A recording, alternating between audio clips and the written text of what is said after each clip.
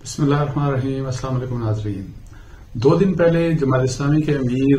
सिराजुल हक साहब ने स्वात में एक जलसा किया और उस जलसे में उन्होंने एक बात की और उसमें उन्होंने ये कहा कि उनको एक वफाकी वजीर हाल ही इन्हीं दिनों में मिले हैं और उनसे जब उनकी मुलाकात हुई तो वो अपनी हुकूमत के पीटीआई की गवर्नमेंट यानी कि इमरान खान साहब की गवर्नमेंट की कुछ जाने की बात कर रहे थे और ये कह रहे थे कि उनकी कारकर्दगी से बड़े मायूस थे, अपनी गवर्नमेंट की कारकर्दगी से, और वो इस तरह की बात कर रहे थे कि ये गवर्नमेंट चली गई तो वो खैरात देंगे। तो इस किस्म की बात मुझे कन्वे हुई तो उसके ऊपर मैंने सोचा कि मैं सिराजुल हक साहब से जमात इस्लामी के जो अमीर हैं उनसे खुद बात कर लूं। तो गुज़िश्ता रात मेरी उनसे बात हुई और ये पहले याद आप जरूर जहन में रखिएगा कि सिराजुल हक साहब एक वेल रिप्यूटेड पॉलिटिशियंस हैं, सियासतदानों में माशाल्लाह इनकी बड़ी अच्छी रिप्यूट है, बड़े ईमानदार आदमी हैं, सच्चे आदमी हैं। तो वो जब अगर कोई इस किस्म की बात करते हैं, जो भी बात करेंगे, तो उसमें आपको झूठ का कोई भी किसी किस्म का शुबा नहीं होना चाहिए। और कम से कम मैं ज़ाती तौर पर यह समझता हूं कि वो एक सच्चे आदमी हैं और वो झूठ बिल्कुल नहीं बोलेंगे। तो मेरी उनसे गुज़िश्ता रात फिर बात हुई। मैंने कहा ये जलसे में आपने कोई इस किस्म की बात की थी, तो क्या ये माजरा है, कब मिले आपको वफाकी वजीर? तो उन्होंने ये कहा कि जी अभी हाल ही में उनकी वालदा का इंतकाल हुआ, अल्लाह ताला उनकी वालदा को जन्नत फिरदौस में जगह अता फरमाए और अल्लाह ताला उनकी मग़फ़िरत फरमाए और अल्लाह ताला सिराजुल हक समेत जितने भी उनके अजीज रिश्तेदार हैं अल्लाह ताला उनको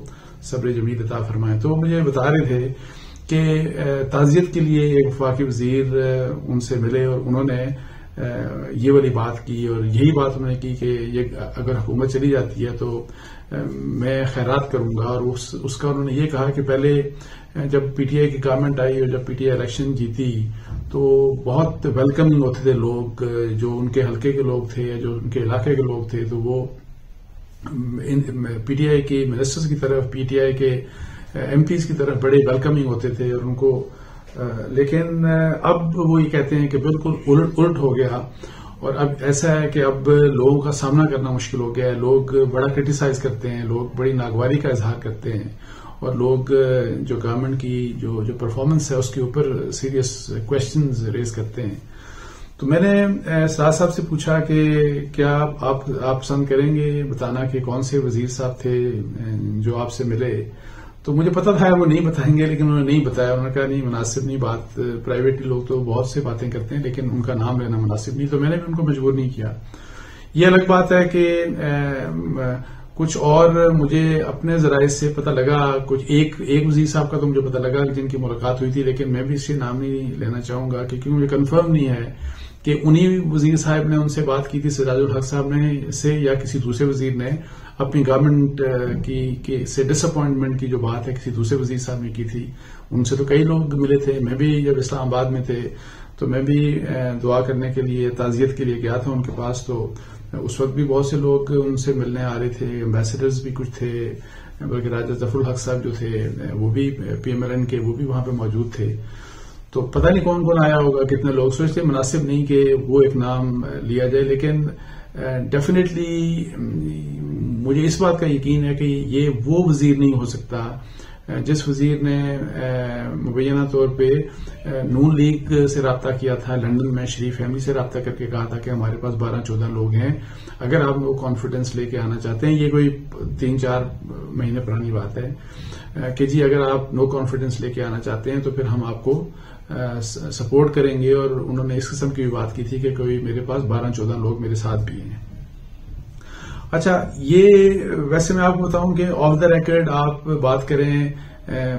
रूलिंग पार्टी के जो मिनिस्टर्स हैं या रूलिंग पार्टी के जो एमपीज हैं, ऑफ द रिकॉर्ड बात करें तो वैसे जनरली ये बात तो लोग करते हैं कि ठीक है परफॉर्मेंस के बड़े मसाइल हैं, नहीं परफॉर्म कर रही गवर्नमेंट। अच्छा, बहुत से लोग ये भी कहते हैं कि इमरान खान साहब की जो डिपेंडेंस है नॉन इलेक्टेड लोगों के ऊपर और जो उनके आसपास लोग हैं वो उनको जिम्मेदार ठहराते हैं। ये भी मैं आपको बताऊं कि कुछ बड़े इम्पोर्टेंट जो हल्के हैं हमारे, जो मतलब है कि जो पावर्स हैं इम्पोर्टेंट, ان کو بلکہ پرائم منسٹر عمران خان صاحب کے پرنسپل سیکرٹری کے اوپر بھی اعتراض ہے کہ وہ بھی جس طرح کی کمپٹنس ایک پرنسپل سیکرٹری میں ہونی چاہیے وہ کہتے ہیں کہ ان میں نہیں ہے اس قسم کی کمپٹنس. اور ان کے جو نان الیکٹڈ جو کلوز سرکل ہے پرائم منسٹر صاحب کا اس کے اوپر بھی بڑا لوگوں کو یعنی ظاہر ہے بہت سے لوگوں کو اعتراض ہے. تو ان حالات میں یہ بات تو ہے کہ جی ڈسپینڈنسی جو ہے وہ پی ٹی آئی کے اندر بھی ظاہر ہے کافی ہے اور ایک مایوسی ظاہر ہے بیکاز وعدے بہت سے آپ نے دیکھیں بہت سے وعدے کیے 1 کروڑ نوکریاں دینی تھی 50 لاکھ گھر دینے تھے اور آپ نے اکانومی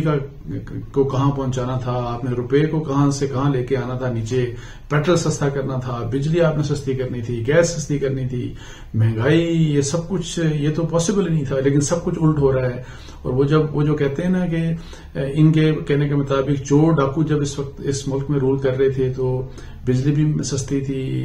اس وقت یہ جو کھانے پینے کی اشیاء ہیں چینی ہو آٹا ہو یہ سب کچھ سستا تھا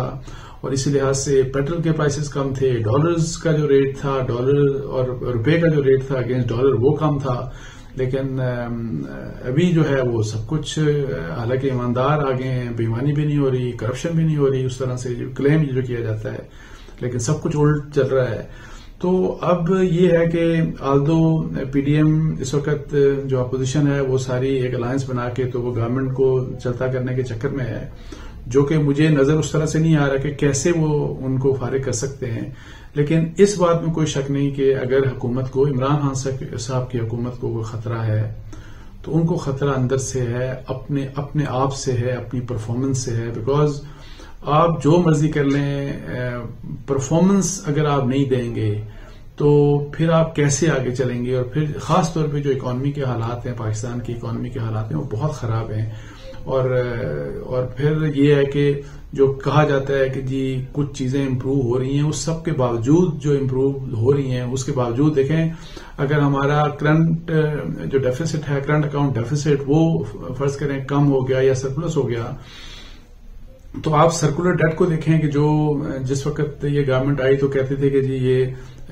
1000 ارب روپے سے کم ہے اور ابھی یہ 2000 ارب روپے سے بھی اوپر چڑھ گیا اور یہ اتنی سپیڈ سے بڑھتا جا رہا ہے کہ سمجھ نہیں آتی کہ یہ کیسے کنٹرول ہوگا. ایک چیز کنٹرول کرنا چاہتے ہیں تو دوسری کنٹرول نہیں ہوتی کاروبار بڑھ نہیں رہے. اور وہی بات یہ ہے کہ کاروبار بڑھنے کے لیے ایک لوگوں کے کانفیڈنس کو ون کرنے کے لیے آپ کو پولیٹیکل سٹیبلٹی کی ضرورت ہے. پولیٹیکل سٹیبلٹی کے لیے گورنمنٹ خود تیار نہیں ہے وہ چاہتے ہی نہیں ہے ان کا موڈ ہی حرکت یہ ہوتا ہے کہ ہم لڑائی جھگڑے کرتے رہیں. تو اس لیے خطرہ جو ہے عمران خان صاحب کی حکومت کو وہ ان کو اپنے ذات سے ہے اپنی حکومت سے ہے. اور میں یہ بہت دفعہ کہہ چکا ہوں کہ عمران خان صاحب اگر اپنا غصہ اور ضد چھوڑ دیں میں آپ کو بتاؤں غصہ اور ضد چھوڑ دیں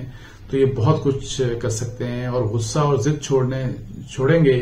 تو پھر ظاہر ہے اپوزیشن کے ساتھ بھی آپ بات کریں گے. آپ ایسا ضروری نہیں ہے کہ جب اپوزیشن سے بات کریں تو اس کا مطلب یہی ہوتا ہے کہ آپ این آر او دینا چاہتے ہیں. نہیں ایک ریالٹیز ہوتی ہیں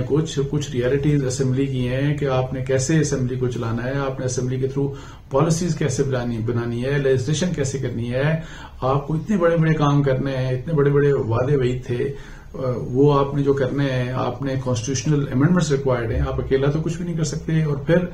جب مہاتیر صاحب آپ کو یاد ہوگا جب پاکستان آئے تھے ابھی جو کچھ عرصہ پہلے جب وہ پرائم منسٹر تھے تو ملیشیا کے تو ابھی جو لاسٹ جو ان کا ٹور تھا پاکستان میں تو انہوں نے عمران خان صاحب سے بات کرتے ہوئے بات کہی تھی کہ ترقی کے لیے جو چیز اہم ہے اور انویسٹمنٹ کے لیے اور اکنامک پروگرس کے لیے جو چیز بہت اہم ہے وہ پولیٹیکل سٹیبلٹی ہے. کاش یہ بات عمران خان صاحب کو سمجھ آ جائے تو پھر سارے مسئلے حل ہو جائیں گے. تو اس کے ساتھ ہی مجھے اجازت دیجیے. جزاک اللہ جی. السلام علیکم ورحمۃ اللہ وبرکاتہ.